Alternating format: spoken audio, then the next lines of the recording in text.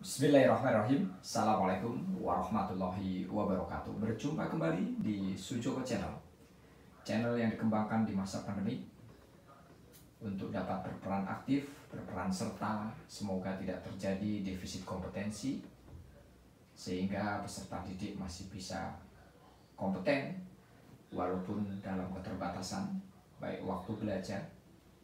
Tapi dengan cara ini, dengan adanya Sujoko Channel, Anda sekalian diberi kesempatan untuk belajar mandiri, memanage waktu Anda sendiri sehingga Anda tetap bisa bersaing, tetap bisa menyiapkan kompetensi Anda untuk persaingan ke depan, sehingga Anda pantas untuk jadi pemimpin-pemimpin masa depan. Oke, semoga Anda sekalian selalu dikasih kesehatan, kesempatan, dan kesuksesan, sehingga Anda bisa mengembangkan potensi Anda, mengembangkan kompetensi Anda, ya salah satunya melalui Sujoko Channel.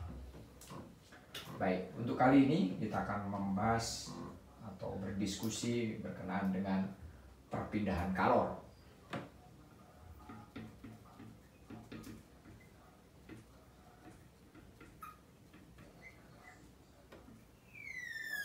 Ya,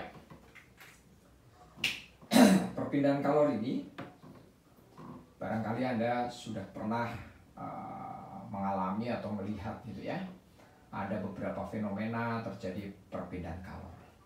Ya, misalkan Anda pernah melakukan ini ya, ketika Anda pegang sendok ya, ujung yang lain Anda pegang, ujung yang satunya lagi Anda panaskan, maka pada waktu tertentu ujung yang Anda pegang itu akan terasa panas ya, kayak kasus pertama itu.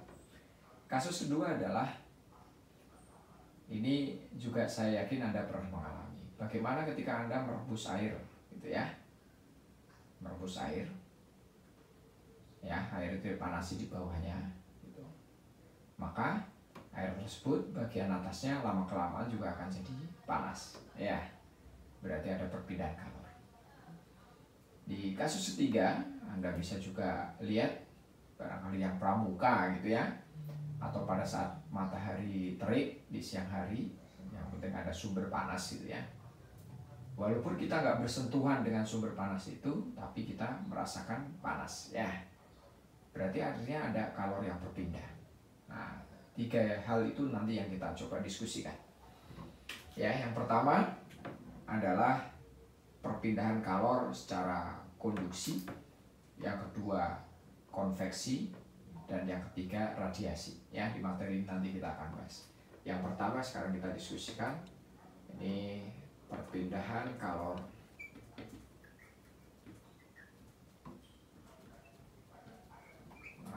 secara konduksi. Ya. Nah, ini biasanya terjadi pada benda padat, ya.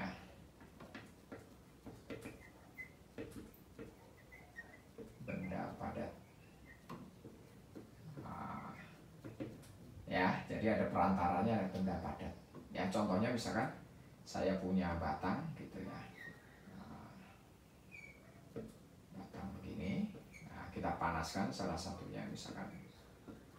Nah, kita panaskan. Ya, ini api misalkan gitu ya, atau lilin gitu bisa ya. Maka dia panasnya di sini kan panas pasti ya, ini panas duluan, maka panasnya akan mengalir dia sebelah sana ya, sehingga nanti di sini satu ketika akan panas atau suhunya naik ya.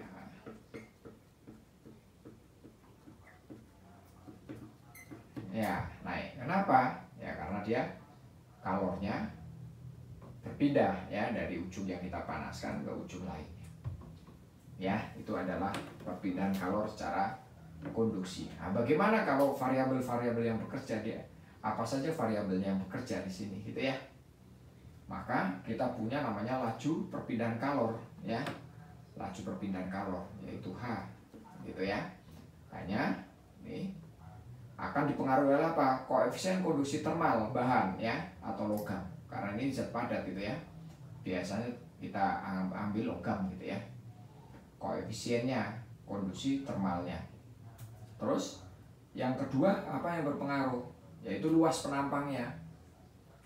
Ya, pasti luas. Makin besar berarti akan makin itu ya yang kita panaskan, dia bisa menjalarnya bisa menjadi lebih cepat. Panjangnya, makin lama kalau dia panjang berarti untuk sampai sini butuh waktu makin panjang, dia akan butuh waktu makin lama gitu ya.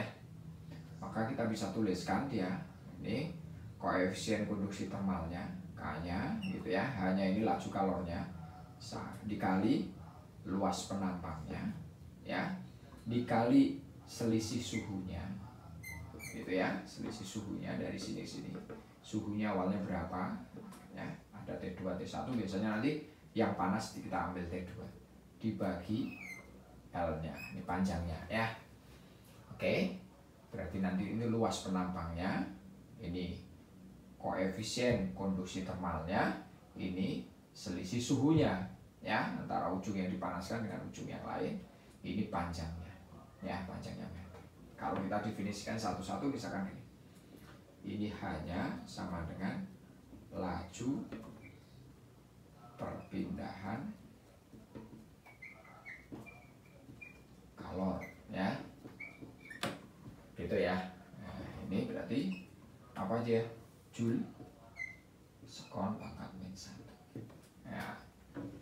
Oke ya, kalau K-nya koefisien konduksi termal ya, koefisien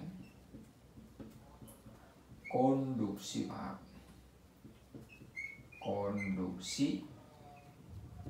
termalnya. Siapa dia? Logam ya, logamnya. Nah ini satuannya apa dia? Joule meter pangkat min 1 sekon pangkat min 1 apa dia? Derajat Celcius pangkat min 1 gitu.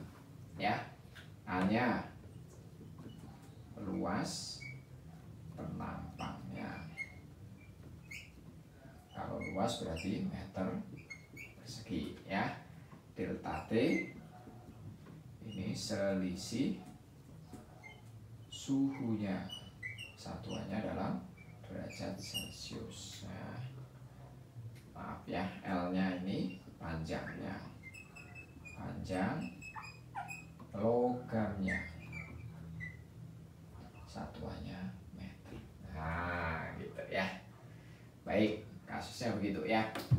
Nah sekarang bagaimana kalau dia kasusnya tidak berdiri seperti ini ya. Ini ya, misalkan kita punya kasus seperti ini di sebelah sini ya. Nah ini kita bisa buat contoh sedikit. Misalkan ada dua buah logam ya, gitu dihubungkan gitu ya satu sama lain ya. Ini suhu yang tinggi nih T2, ini T1 suhu yang rendah, ini suhu akhirnya gitu ya. Ya bisa juga T kecil aja biar nggak membingungkan nanti, TA. Nah gitu ya, ini suhu yang tinggi, ini suhu tinggi, ini suhu rendah. Nah ini suhu akhir, suhu sambungannya ya. Jadi kalau dia punya suhu yang berbeda digabungkan nanti ada suhu akhir. Nah di sini nanti Anda pakai apa? Ketika kasusnya seperti ini, maka Anda bisa pakai apa dia yang masih baru di materi yang lalu? Apa dia? Asas Black ya. Tapi kita pakai persamaan yang ini, gitu ya. Kita pakai persamaan yang ini. Artinya kalau ini benda 2, ini benda 1 gitu ya, berarti H2-nya sama dengan H1 gitu ya. Tinggal masukkan aja ini K A gitu ya, delta T per L sama dengan K A delta T per L gitu ya. Tapi ini dikasih indeks 2 ini 1 1 1 1. Nah gitu. Tinggal nanti yang sama apa? Bagaimana dengan delta T-nya? Ini delta T2 ini. Nah, delta T2 sama dengan yang tinggi berarti T2 min TA. Ya, ini delta T1. Berarti delta T1 sama dengan yang tinggi siapa? TA. TA min T1. Nah, gitu, masukkan ke sini. Ya, itu kalau kasusnya dua logam disambung, ya, disambungkan. Nanti tinggal lihat konteks soalnya atau konteks tantangannya. Kita lanjutkan perpindahan kalor untuk bagian yang kedua, yaitu perpindahan kalor yang kedua. Perpindahan kalor secara konveksi. Ya. Baik, sebentar saya ambil spidol ya. Ya. Ini biasanya terjadi pada apa? Ini terjadi pada zat cair atau gas. Nah, biasanya konveksi ini zat cair atau gas. Ya. Kasusnya misalkan kita rebus gitu ya. Kita punya air yang tadi di awal, terus kita panasi ini ya. Ini api gitu ya. Nah, ini api, ini kita kasih air. Ya. Nah, misalkan gitu ya. Nah, gitu. Kita panasi. Apa yang terjadi? Maka ada perpindahan kalor dari ini suhunya tinggi ya. Ini suhu tinggi nih. Di sini pasti suhunya rendah. Gitu kan? Ya, di bawah suhunya tinggi karena dia langsung kena api, gitu ya. Maka ada perpindahan kalor dari atas ke bawah. Gitu ya. Dia akan berputar dari bawah ke atas. Akibat apa? Ya, gravitasi ya. Kalau dari atas ini konveksi, dia akan berputar.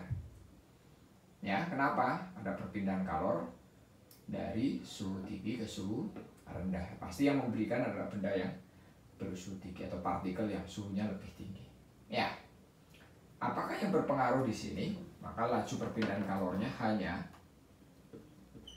ini sama dengan ya, H. Ya, ini koefisien konveksi termal ya, zat cair dikali luas penampangnya dia dikali delta T. Ya, gitu ya. Ini laju perpindahan kalornya ya. Hanya ini sama dengan laju perpindahan kalor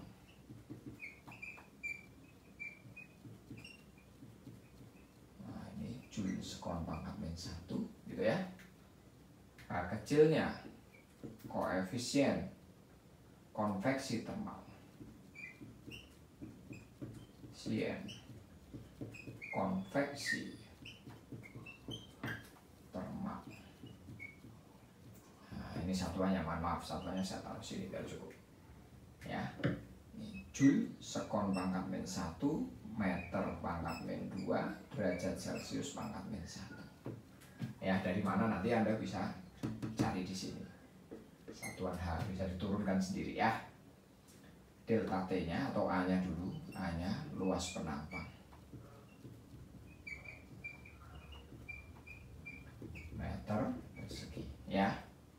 Delta T nya selisih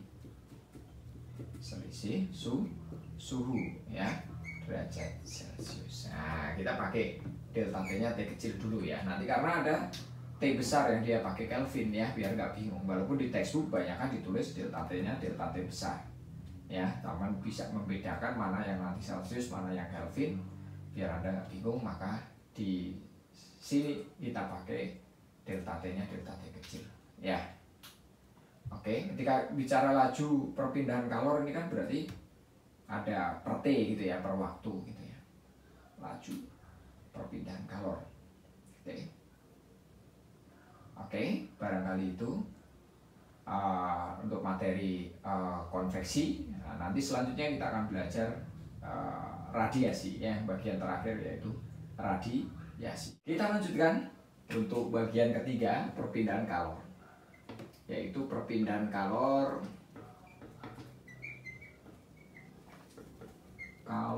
secara radiasi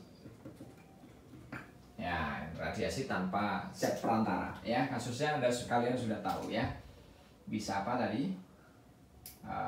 Pada saat api unggun ya, kita di dekat api unggun, walaupun kita nggak bersentuhan dengan apinya, tapi kita merasa panas. Atau matahari ya, matahari. Lampu juga bisa ya, lampu kalau di ruangan dia dinyalakan, maka kita yang ada di ruangan itu terasa panas. Ketika dia energinya bisa dipindahkan atau kalornya berpindah ya. Kasus-kasusnya jadi artinya perpindahan kalor secara radiasi ini perpindahan kalor tanpa perantara, atau dia merupakan perpindahan gelombang elektromagnetik gitu ya. Baik ya. Nah, nanti kita diskusikan lagi. Apa dia? Dipengaruhi oleh apa dia? Ya. Jadi laju perpindahan kalornya nanti ini dia misalkan kita lambangkan misalkan dia dengan huruf P gitu ya, sama dengan itu E epsilon A T pangkat 4. Nah, T-nya ini beda ya. Berarti kalau T yang di sebelah ini adalah dalam bentuk Kelvin. Nanti kalau Celsius tambah 273. Nah, ini maksud kita bedakan antara T kecil dengan T besar ini ya. Jadi ini laju perpindahan kalor, ini koefisien emisivitas gitu ya.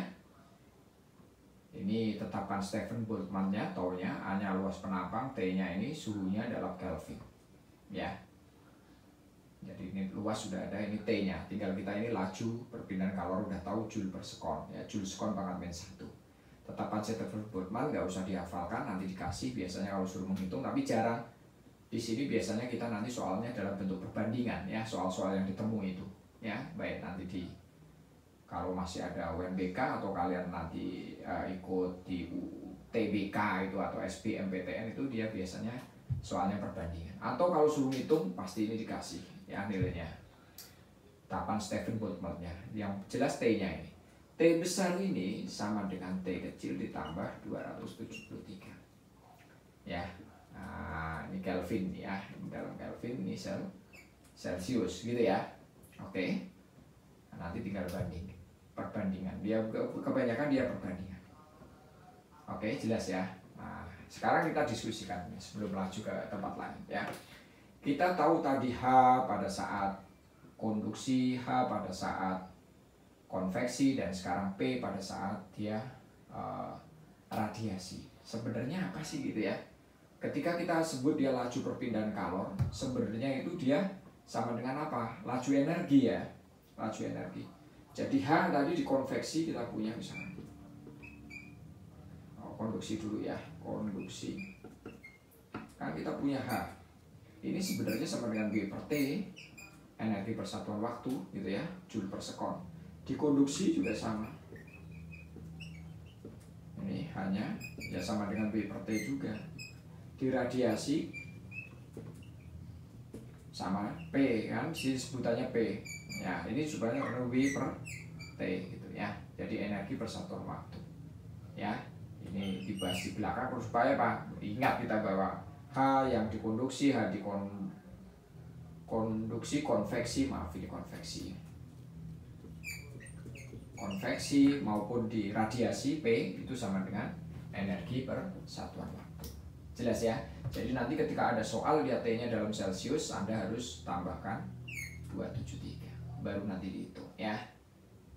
Jelas? Oke, selanjutnya supaya lebih paham ya, sekali lagi di review. Di perpindahan kalor ada 3. Yang pertama konduksi terjadi pada zat padat. Yang kedua konveksi terjadi pada zat cair atau gas. Yang ketiga radiasi ya, terjadi tanpa zat perantara. Oke ya. Kita lihat nanti di Soja supaya pemahaman Anda sekalian lebih mantap. Ya, song-song masa depan yang lebih indah, belajar dari sekarang, fokus, disiplin. Untuk sekali lagi memperjelas pemahaman Anda, ya, konsep Anda apakah sudah mantap atau belum? Nanti kita lihat Soja, soal jawab, ya. Diberikan tantangan 2 buah logam X dan Y. Logamnya terbuat dari bahan yang sama, bahannya sama ini, ya. Perbandingan luas penampang keduanya, yaitu ini X banding Y 4:3, dan perbandingan panjangnya 1:2. Jika benda Jika beda suhu antara keduanya sama, jadi beda suhunya sama, ya, perbandingan laju rambatan kalor X dan Y. Kita ditanyanya itu ya. Oke, kita sekarang bedah dulu ya. Terbuat dari bahan yang sama, berarti ini artinya apa? Koefisien konduksi termal logamnya dia sama ya. Berarti kita bisa bilang Kx sama dengan Ky. Gitu ya. Perbandingan luas penampang kedua logam adalah 4:3. Berarti AX banding AY-nya sama dengan 4:3. Nah, gitu kita pretelin gitu ya. Jika beda keduanya sama, beda suhunya keduanya sama, maka ini berarti delta Tx sama dengan delta Ty. Ya, karena beda suhunya sama. Terus ini perbandingan panjangnya berarti ini apa dia? Lx banding Ly sama dengan 1:2 gitu. Ya, yang ditanya adalah laju rambat kalor ya. Berarti yang ditanya perbandingan Hx sama Hy. Nah, gitu ya. Ya, kalau koefisien ini Anda sudah dapat, ya mudah dia. Ya. Oke. Koefisien. Ketika kita ditanya ini, ya, maka kita ingat-ingat persamaan H, kan gitu ya. Kita H punyanya apa ini? H sama dengan apa dia? Ka, ya, delta T, T-nya T kecil per L. Nah, gitu ya panjangnya, gitu kan? Sudah ya. Berarti kita suruh bandingin ini ya, bandingan saja ini persamaan. Berarti kalau saya punya Hx banding Hy, berarti sama dengan Ka delta T per L per gitu ya, Ka delta T per L. Dimana ini kita kasih indeks X, ini Y. Nah, gitu ya. Sudah dapat. Sekarang ini kita balik ya. Nah, supaya dia jadi perkalian. Berarti Hx dibanding Hy sama dengan, ini tulis lagi, Kx Ax kali delta Tx per Lx dikali Ly per gitu kan, Ky Ay kali delta Ty. Oke. Nah, sekarang lihat Kx sama Ky sama. Kx Ky sama, berarti bisa dicoret. Ya, yang sama lagi apa? Delta Tx, delta Ty. Bisa dicoret. Oke, maaf ini T-nya T kecil aja ya. Nah, sudah, berarti tinggal ini kan? Ya, Ax, Ly, Lx, Ay. Ya, sekarang kita lihat nih. Kenapa saya tulis sendiri tidak ke samping? Supaya Anda langsung bisa masukkan angkanya, mudah nanti. Berarti Ax-nya sama dengan 4, Ay-nya sama dengan 3. Gitu ya. Di sini Lx-nya sama dengan 1, Ly-nya sama dengan 2. Tinggal ganti begitu, berarti Hx banding Hy sama dengan nih, Ax-nya ganti berapa? Ax-nya 4, masukkan 4 dikali nih Ly-nya berapa? 2 per Lx-nya mana? 1 dikali ini Ay-nya 3. Berarti Hx banding Hy sama dengan 8:3, atau bisa ditulis 8:3. Nah, gitu kan? Ya, mudah ya. Oke, nanti kita lihat di soja yang kedua, itu bagian kalau ini konduksi, nanti di konveksi. Di soja yang kedua diberikan tantangan seorang anak tanpa pakaian, suhu kulitnya 36 derajat Celcius, berada di suatu ruangan yang suhunya 29. Kulitnya 36, ruangannya 29. Jika luas permukaan badannya seluruhnya 1 meter persegi dan diketahui koefisien konveksi termal di udara, ini koefisien termalnya ya, maka ditanya laju rambatan kalor dari tubuh anak itu ke udara di sekelilingnya adalah, ya, yang ditanya. Kita sekarang lihat satu-satu. Ada perubahan suhu, berarti ada delta T sama dengan 36 min 29 sama dengan berapa itu? Sama dengan 7 ya, derajat Celcius. Oke. Terus kita punya koefisien konduksi termal ya. Berarti ini H ya, sama dengan 8 Joule sekon min 1 meter pangkat min 2 derajat Celcius pangkat min 1. Ya, ada luasnya sama dengan 1 meter persegi. Yang ditanya laju perpindahan kalor, berarti H-nya. Nah, gitu kan? Udah tinggal dapat semua kan? Berarti artinya langsung kita bisa lanjutkan bahwa H-nya ya, H besar ini sama dengan H kali A kali delta T. Gitu ya. Maksudnya kita bedakan delta T-nya pakai T kecil saja di sini. Ya. Sama dengan 8 kali 1, delta T-nya berapa? Delta T-nya tadi kali 7. Nah, berarti 8 kali 7 berapa?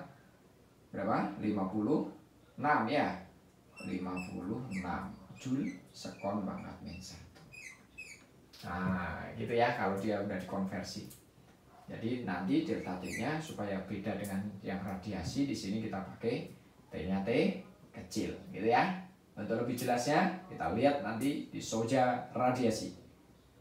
Baik, untuk soal yang ketiga, soja yang ketiga ya. Soja yang ketiga ini berkenaan dengan radiasi ya. Perbandingan jumlah energi kalor setiap satuan luas permukaan dan satuan waktu. Jadi radiasi kalor per satuan luas per satuan waktu ya, antara dua benda hitam. Ini benda hitam ya. Nanti ini kalau ada kata benda hitam berarti E nya sama dengan 1 ya, adalah 1:16 gitu. Jika salah satu suhunya 47 derajat Celcius, suhu benda hitam yang lainnya adalah ya. Ini kalau dikasih tahu ini misalkan nanti jadi P per A ya. Ini misalkan saya sebut 1 per P per A 2 ya. Laju ini laju energi persatuan luas, berarti persatuan luas ini ya. Ini sama dengan berapa dia bilang 1:16 gitu ya. Oke, sekarang ini suhu satunya ya. Berarti T1-nya sama dengan 47 derajat Celcius. Nah, di sini berarti T besar karena di sini diradiasi T besar. 47 ditambah 273 sama dengan ya, ini T1-nya. Ya, suhu yang pertama kita punya 47 tambah 273 berapa ini? Ini 70 ya, ini 2, ini 3. 320 derajat Kelvin ya, atau Kelvin gitu ya. Baik ya, sudah ketemu kan? Nah, kita ditanya, siapa yang ditanya? Suhu yang kedua berarti T2. Nah, tapi nanti bisa dalam derajat Celcius, bisa dalam Kelvin. Kalau nanti ini ketemunya dalam Kelvin. Kalau mau Celcius tinggal rubah jadi T kecil 2 ya. Oke, baik ya. Nah, ketika kita punya ini, maka yang kita ingat-ingat apa dia? P kan ya. Kita punya P sama dengan gitu ya. Apa dia? E epsilon A T pangkat 4 ya. Berarti kalau saya punya ini tinggal geser ini ke sini kan ya. Ya. Ini sama dengan berarti ini P per A gitu ya.